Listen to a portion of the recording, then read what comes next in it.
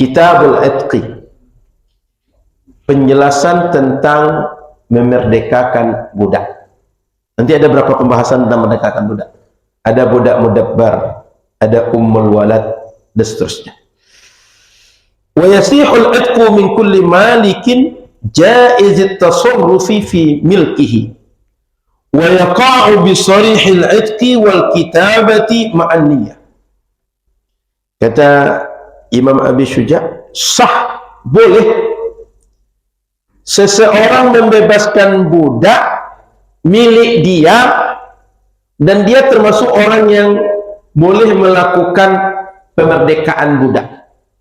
Kan ada orang yang dia saat melakukan transaksi itu dibatasi haknya oleh pemerintah.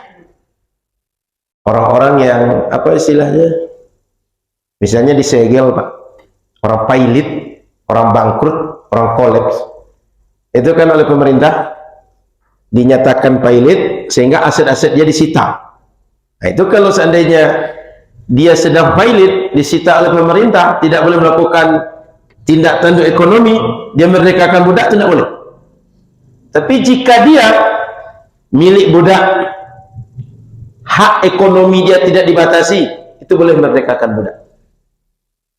Karena milik dia, haknya dia. Tapi kalau bukan milik kita, kenapa kita merdekakan budak orang? Sama dengan ada mobil pinggir jalan, tiba-tiba kita jual. Bai'ul fuduli dalam bahasa fikihnya, menjual barang yang bukan milik kita, memerdekakan budak yang bukan budak kita. Budak kita aja kita urus, ya kan budak orang pula diurus. Jadi boleh memerdekakan budak milik sendiri dan oleh orang yang tindak ekonominya tak dibatasi oleh pemerintah.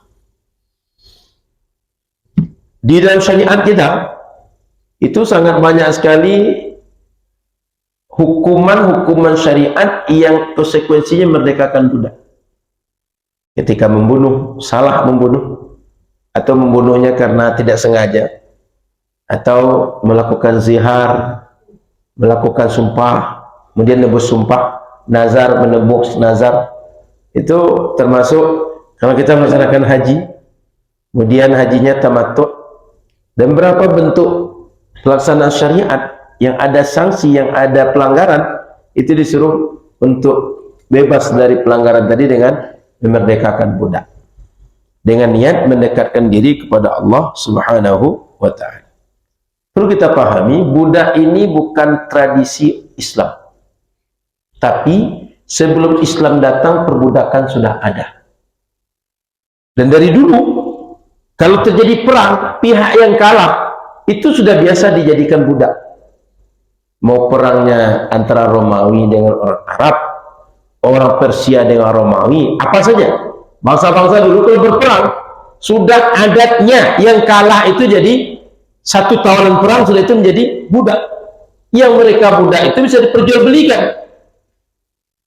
Islam datang, perbudakan tetap diakui, tapi dihapuskan. Maka sejak Islam datang, perbudakan itu sekarang tak ada. Cuma kenapa masih dibahas perbudakan itu, Ustaz? Karena di dalam fikih dulu pernah terjadi dan pernah dibahas oleh ulama, dan pemikiran tentang perbudakan ini patut untuk tahu kita sampai sekarang. Sehingga kalau terjadi nanti perbudakan lagi, kita mengerti bagaimana perlakuannya.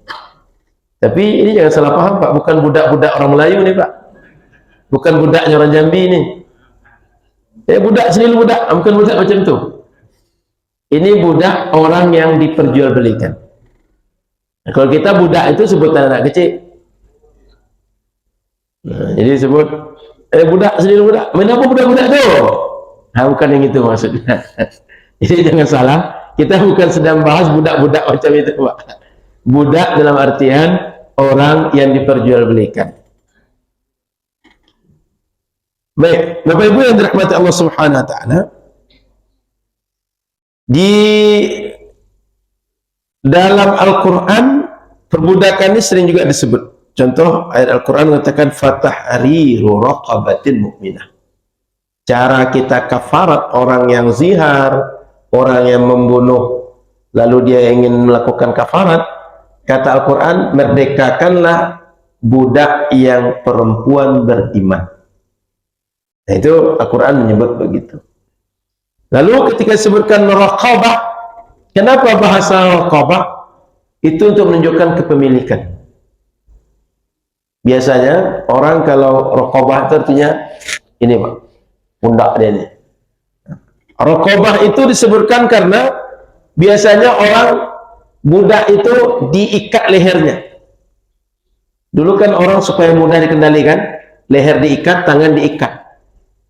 Kalau leher dah terikat, tidak bisa orang ngapa-ngapain lagi. Bergerak, mati nanti. Nah, maka disebut raqabah itu fakku raqabatin. Melepaskan raqabah. Melepaskan ikatan dari pundak dia. Dari leher dia. Baik, Bapak Ibu rahmati Allah Subhanahu wa taala, kita lanjutkan. Wa yaqa'u bi sarihil itqi wal kinayah ma'aniyah. Memerdekakan budak itu bisa dengan dua cara. Sebutkan secara terang atau dengan bahasa kinayah, bahasa tersirat, tapi niatnya merdekakan budak. Kau selama ini baik dengan aku, sekarang pergilah kemana engkau pergi, tak usah balik lagi ke sini. Tapi niatnya merdekakan. Dia tak sebutkan kau merdeka, tapi sudah cukuplah bersama aku, silakan mau pergi tidak kemana. Kalau kerja ambillah hasil sendiri. Itu bermakna dia merdeka. Itqu raqabah, merdekakan budak. Kemudian wa idza a'taqa ba'da 'abdin 'ataqa 'alaihi jami'uhu. Bila budak disebutkan dia bebas sebagian badan dia, itu bermakna dia bebas keseluruhan. Kenapa? Tak ada orang bisa merdeka setengah-setengah badan. Pusar ke bawah merdeka, pusar ke atas tak merdeka. Itu tak bisa. Atau setengah badan macam orang stroke. Setengah merdeka, setengah tidak, itu tak bisa manusia macam itu. Jadi kalau ada dikatakan engkau bagian kaki dan tanganku merdeka, itu maknanya dia keseluruhan merdeka. Jadi tak bisa badan ini dikasih setengah-setengah, karena tak mungkin orang hidup dengan setengah fisik macam itu. Tak ada disebut manusia, disebut orang kalau dia cuma setengah badan. Tak ada begitu. Kemudian wa in a'taqa syirkan lahu fi 'abdin wa huwa musirun saral itqu ila baqihi wa kana 'alaihi qimatu nasibi syariki. Kalau budak itu dimiliki berdua, macam kita punya aset berdua, Pak. Lalu kita ingin merdekakan, itu bagian kita lepas, tapi bagian si kongsi dia itu masih miliki budak, tidak bisa lepas dengan melepasnya kita. Kalau kita ingin melepaskan budak keseluruhan, tebus hak berapa jatah kongsi kita, partner kita dari budak ini, kalau kita ingin merdekakan. Atau lepaskan hak kita, nanti budak bisa punya kesempatan memerdekakan diri dari orang yang belum merdekakan dia. Nah, itulah biasa kita bantu dengan zakat itu. Ada firriqab atau budak mukatab. Dan ini jam aku atau tidak? Karena tadi saya tengok baru jam 7.02 aja. Waktu maghrib jam berapa? 11.15, berarti lambat 10 menit. Saya tengok kok lama betul lah jam ini. Rupanya memang tidak akur dia. Makanya saya agak santai-santai dikit. Masih agak lama Isya kata saya. Silakan Isya, azan Isya. Setelah Isya kita azan kita sambung. La ilaha illallah Muhammad rabbana da'wat as-salat al-qa'im sayyidina Muhammad sallallahu alaihi wasallam.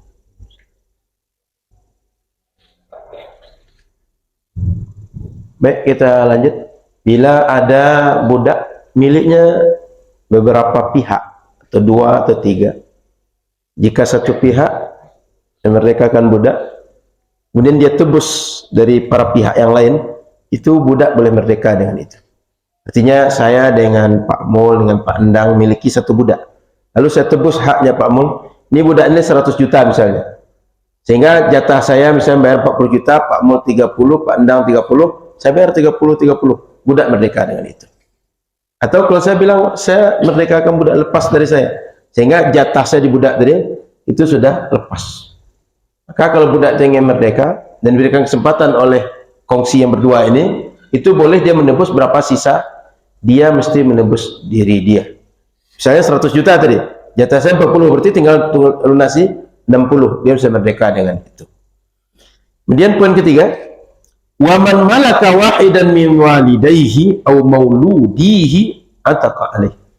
Siapa saja orang membeli budak, rupanya ketika beli budak ketahuan itu bapak dia, atau datuk dia, atau anak kandung dia, atau cucu dia, maka dengan dia membeli tadi langsung merdeka orang tua dia dan anak dia, otomatis. Tidak perlu dikatakan engkau aku merdekakan. Kenapa?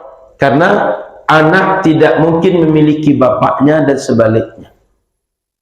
Tapi hubungan mereka hubungan nasab, anak dengan bapak, bapak dengan anak. Dalam hadis Nabi dikatakan la tajzi waladun walidan illa ayajidahu mamlukan fayashtariyahu fayu'tiqahu.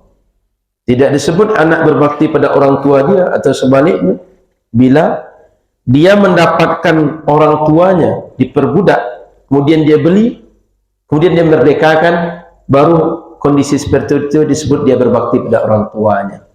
Jadi bagian dari bakti pada orang tua itu ya merdekakan orang tua, diperbudakkan. Maka bila dapat, kan kita tadinya nggak tahu nih siapa budak itu. Rupanya setelah diteliti, dipelajari, ini kok kita sepertinya ada chemistry. Ditanya, bapak dulu di mana? Kok bisa jadi budak? Dulu bangsa apa? Bagaimana sampai ke orang ini? Ceritalah. Rupanya ada tanda lahir pula di anaknya. Dia tengok, badan kamu bagian itu, ada tanda lagi. Oh, kamu anak saya. Dan itu bisa dibuktikan. Maka dengan dibeli tadi langsung orang tua atau anak merdeka otomatis. Sebab dalam Islam tak diperkenankan anak memperbudak orang tua dan sebaliknya. Sehingga bila ketahuan nasab mereka ada yang diperbudak, itu dengan dibeli otomatis langsung merdeka. Gitu Pak. Jadi jangan kira bahwa dibeli budak, dia bapak kita, jadi budak bagi orang lain, tidak boleh. Itu anak seperti itu disebut durhaka. Kalau ingin berbakti, bebaskan dia dari perbudakan. Begitu Pak. Alhamdulillah sekarang kita tak ada perbudakan itu lagi. Nah, kita bersyukur tak ada manusia yang diperlakukan seperti itu.